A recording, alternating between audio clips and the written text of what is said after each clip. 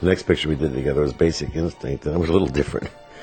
It was a very complex picture, as you probably all know. It was not just, it was like, was it a murder mystery? Was it a love story? Was it a thriller? It was so many different things. And Paul had a very clear idea of who the people were, what he wanted, how he wanted to play. The difficulty with music is trying to translate the dramatic, emotional terms into musical. The music is something it's so abstract that you can't speak in terms. I mean, how do you describe something in music? I mean, a painter can say it's red or it's blue or something, and we know what it is because of years and years of association with color. It's hard for us to envision the various shades, but we still have a general idea. But in music, there's just no way.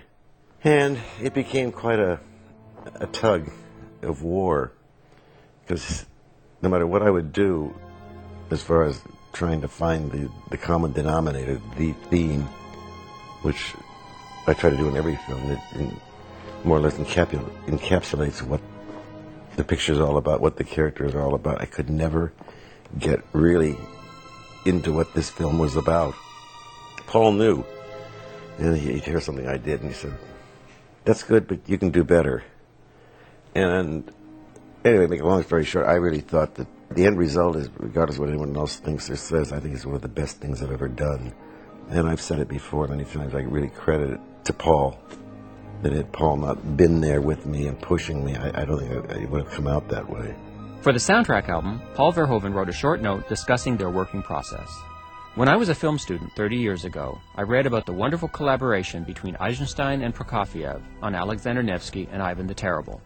Prokofiev sat at the piano and Eisenstein at the moviola, and they ran the movie backwards and forwards for weeks, with the composer playing the cues and the director commenting, changing, even adapting his film to the rhythms. This symbiosis produced incredibly inventive film scores.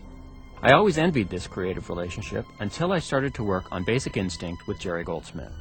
Although the tools have changed, instead of a piano, Jerry worked with 10 synthesizers linked to a computer and a television monitor. The collaborative process felt exactly the same.